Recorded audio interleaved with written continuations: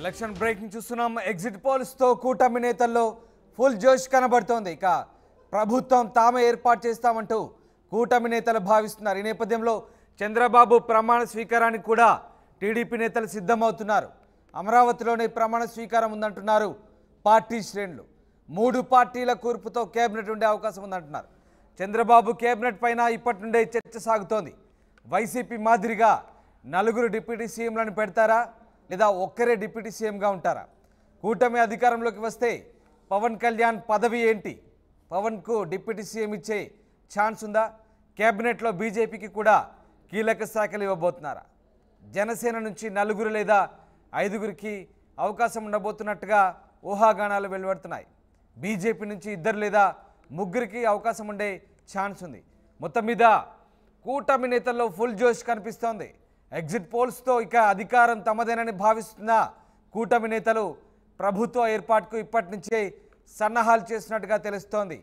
ఇక చంద్రబాబు ముఖ్యమంత్రిగా ప్రమాణ స్వీకారానికి సిద్ధమవుతున్నట్లుగా టీడీపీ నేతలు కూడా చెప్తున్నారు. అమరావతిలోనే ప్రమాణ స్వీకారం ఉందంటున్నారు పార్టీ శ్రేణులు. 3 పార్టీల కూర్పుతో కేబినెట్ ఉండే అవకాశం ఉన్నట్టుగా తెలుస్తోంది.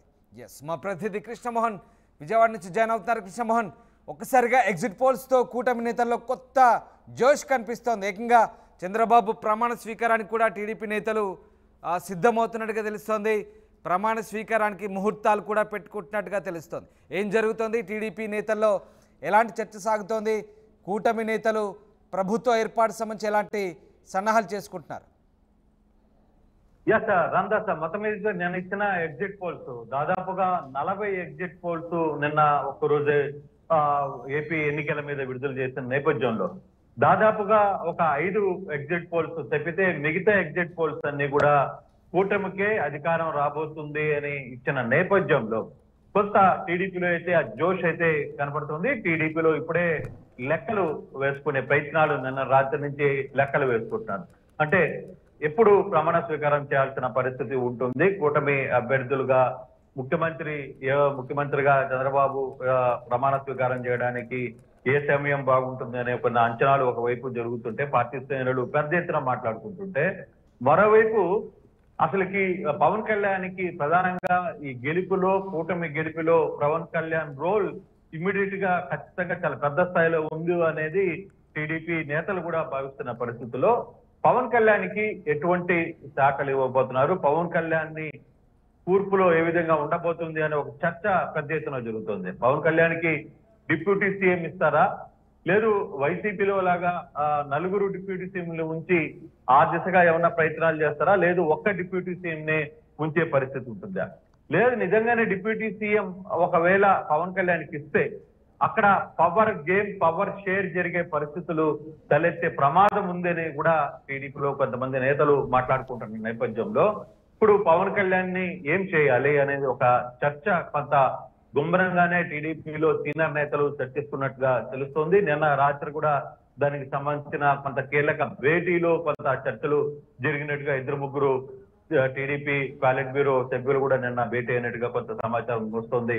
అక్కడ ఈ చర్చకు వచ్చినట్టుగా కూడా మాట్లాడుకుంటున్నారు. అయితే ఇప్పుడు బీజేపీలో కూడా దాదాపుగా 3 నుంచి 4 సీట్లు వస్తాయని ఒక అంచనా ఉన్న నేపథ్యంలో మంత్రివర్గంలో బీజేపీకి 2 స్థానాలు, అలాగే జనసేనకు కనీసం 4 నుంచి 5 మంత్రి పదవులు ఇచ్చే ఆలోచన కూడా చేస్తున్నట్టుగా కొంత సమాచారం అయితే కనపడుతోంది. అయితే ఇది పూర్తిగా కూడా అంటే ఒకవైపు ఇచ్చిన ఎగ్జిట్ పోల్స్ కు సంబంధించిన వ్యవహారంలో కొంత ఆశగా ఉన్నప్పటికీ కొన్ని ప్రధానమైన ఆరా లాంటి సంస్థలు కావచ్చు, గతంలో కావచ్చు, అంతకు ముందులో కావచ్చు, తెలంగాణ ఎలక్షన్స్ లో కావచ్చు ఖచ్చితమైన మెజారిటీ రాబోతుందని చెప్పిన పరిస్థితుల్లో అది సర్వే నిజమైంది. కాబట్టి సో నిన్న ఆరా కూడా చాలా క్లియర్ గా ఒక మాట చెప్పారు, నేను ఈ ఎన్నికల్లో గాని ఈ విజయం గాని వైసీపీకి రాకపోతే నేను ఇక్కడ ఉండను, నేను సర్వే చేయను అని చెప్పారు. అయితే ఇదే విషయం మీద కాసేపటి క్రితమే బుద్ధా వెంకన్న ప్రెస్ మీట్ పెట్టి తన నాలుక కోసుకుంటాను టీడీపీ రాకపోతే, ఆరా చెప్పింది సత్యదూరం, ఆరా చెప్పింది నిజం కాదు అని ఆయన కూడా ఓపెన్ ఛాలెంజ్ ఇచ్చిన పరిస్థితి. సో ఇప్పుడు ఈ ఎగ్జిట్ పోల్స్ మీద టీడీపీ వర్సెస్ ఆరా సంస్థల మధ్య కొంత అయితే ఈ వ్యవహారం మీద ఆరా సంస్థలు ఎప్పుడు ఏమీ మాట్లాడలేదు. ఆయన ముందుగానే చెప్పారు, ఇది నా అంచనా, ఖచ్చితంగా జరిగి తీరుతుంది, ఇప్పుడు దాకా నేను చెప్పిందే జరిగింది, జరగబోయేది కూడా ఇదే అని ఆయన చాలా గట్టిగా చెప్తున్న నేపథ్యంలో ఇప్పుడు బుద్ధ వెంకన్న ఒక ఛాలెంజ్ విసిరారు ఆరా మస్తానికి. సో ఖచ్చితంగా మీరు గాని ఇది గాని జరగకపోతే నాలుగు పోసుకుంటారా అని చెప్పి, ఒకవేళ అధికారం రాకపోతే తాను నాలుగు పోసుకుంటానని చెప్పి ఆయన ఒక ఛాలెంజ్ ను విసిరిన పరిస్థితి బుద్ధా వెంకటరెడ్డి మనం చూసాం. సో ఇటువంటి పరిస్థితుల్లో ఒకవైపు ప్రభుత్వం ఏర్పాటు ఏ విధంగా ఉండాలి, పార్టీలో 3 పార్టీలతో కలిసి మనం అధికారంలోకి ఒకవేళ వచ్చిన తర్వాత ఎలా కూర్పులు ఉండాలి అనే ఒక చర్చ కూడా టీడీపీలో ఒక సెట్ ఆఫ్ పీపుల్ దాని మీద కూర్చొని కొంత వర్కౌట్ చేస్తున్నట్టుగా మనకి అర్థమవుతుంది. అయితే ఇప్పుడు వరకు కూడా చంద్రబాబు కావచ్చు, లేకపోతే లోకేష్ కావచ్చు, ఆహారం మీద ఎక్కడ ఏమీ మాట్లాడలేదు. కానీ సీనియర్స్ మాత్రం దీని మీద కొంత చర్చ జరుగుతుంది.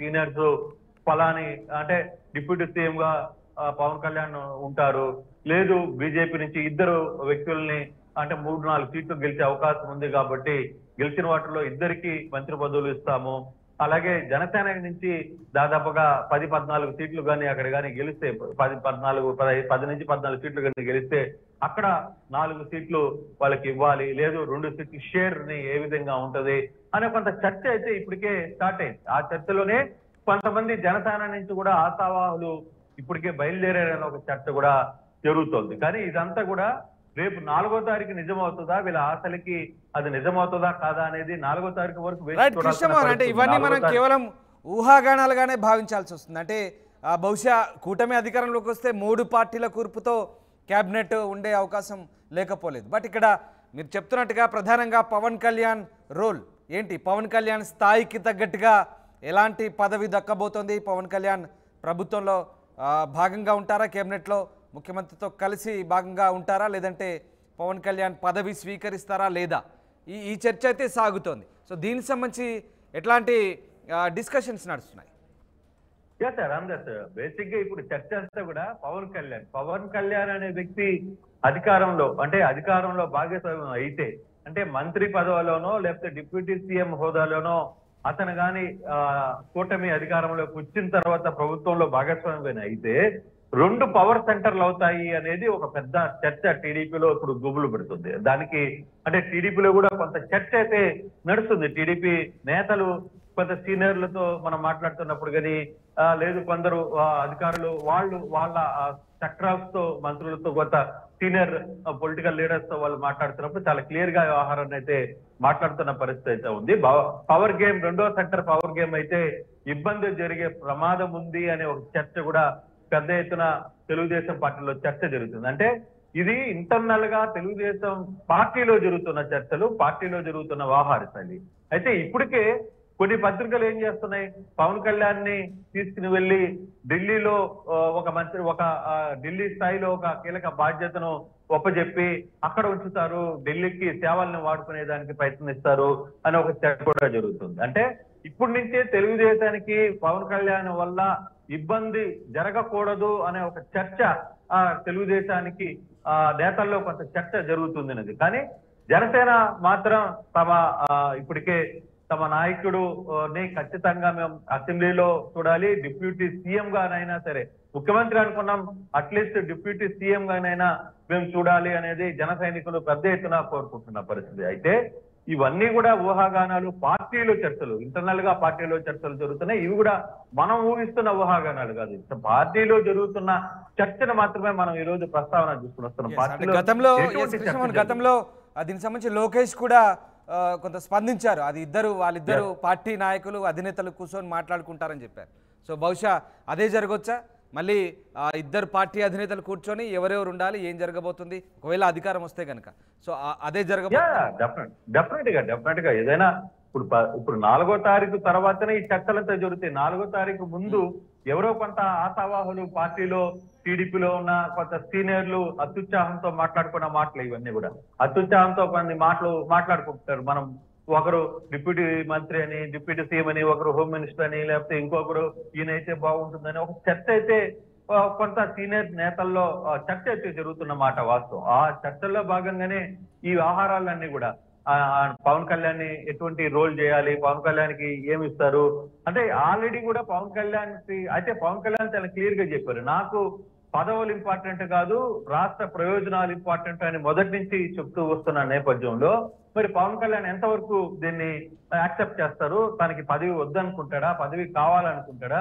మరి పార్టీ కోసం శ్రమించిన పార్టీ నాయకులు, సైనికులు వీళ్ళందరూ కూడా ఒకవేళ అధికారంలోకి వస్తే అతన్ని ఏ స్థానంలో చూడాలనుకుంటున్నారు? ఇవన్నీ కూడా కొంత చర్చ అయితే పెద్ద ఎత్తున జరుగుతుంది రామదాస్. చూడాలి. ఏదేమైనా ఇవన్నీ కూడా 4వ తారీఖు మధ్యాహ్నం 12 గంటల తర్వాత ఒక అంచనాకి వచ్చే పరిస్థితి అయితే చాలా స్పష్టంగా కనబడుతుంది. రైట్ కృష్ణమోహన్, అంటే సరే ఒకవేళ 4వ తారీఖు నాడు టీడీపీ శ్రేణుల అంచనాలే నిజమవుతే, కొన్ని ఎగ్జిట్ పోల్స్ చెప్పినట్టుగా అవన్నీ కూడా జోస్యాలు పండితే నిజమే అయితే కనుక చంద్రబాబు ప్రమాణ స్వీకారానికి ఎలాంటి ఏర్పాట్లు ఉండే అవకాశం ఉందనుకోవచ్చు? అంటే అమరావతిలోనే ప్రమాణ స్వీకారానికి ఏర్పాట్లు ఉంటాయంటూ టీడీపీ వర్గాల నుంచి వస్తున్నటువంటి కొంత సమాచారం. సో ఆ రకమైనటువంటి ఏర్పాట్లు బహుశా అమరావతిలోనే చేస్తారు. ఇంకేదైనా ఎట్లాంటి ఎంపికలు ఉండబోతున్నాయి ఆ ప్రాంతానికి సంబంధించి, లొకేషన్ సంబంధించి మనకు వస్తున్నటువంటి ఊహాగానాలకు తగ్గట్టుగా ఎలాంటి పరిణామాలు చోటు చేసుకునే అవకాశం?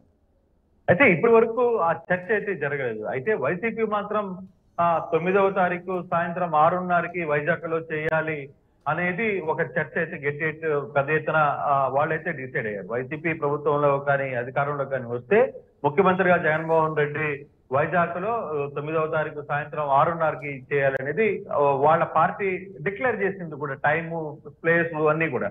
అయితే ఇప్పటి వరకు తెలుగుదేశం పార్టీ కూటమి సభ్యులు దాని మీద పెద్దగా చర్చ ఇంకా డిసైడ్ చేయలేదు. 4వ తారీఖు కానీ జరిగితే బహుశా వాళ్ళ అంచనా మాత్రం వాళ్ళు అమరావతిలోనే చేయాలి అనేది చంద్రబాబు అనుకుంటున్నట్టుగా ఒక్క సమాచారం అయితే ఉంది తప్పితే అది ఆ సమయం, తేదీ ఇంకా ఆ చర్చ వరకు ఇంకా రాలేదు. కానీ కొంత మంత్రులకు సంబంధించిన కొంత అత్యుత్సాహంతో కొంతమంది సీనియర్ నేతలు టీడీపీలో మాట్లాడుకుంటున్న పరిస్థితులు అయితే పవన్ కళ్యాణ్ గురించి మాట్లాడుకుంటున్నారు. తర్వాత మంత్రులు ఎవరెవరికి స్థానం ఉండబోతుంది అనే ఒక మాట్లాడుకుంటున్నారు తప్పితే ప్రమాణ స్వీకారం సంబంధించి ఎప్పుడు జరుగుతుంది, కూటమి ఒకవేళ అధికారంలోకి వస్తే ఎప్పుడు చేయాలి ఏంటి అనే చర్చ ఇంకా రాలేదు. బట్ బహుశా ఇప్పుడు కొంత ఎగ్జిట్ పోల్స్ వాళ్ళకి ఫేవర్ గా కనపడుతున్నాయి కాబట్టి ఆ దిశగా కూడా చేసే ప్రయత్నాలు ఏమన్నా జరుగుతున్నాయని కూడా చూడాల్సిన పరిస్థితి అయితే ఉంది రామదాస్.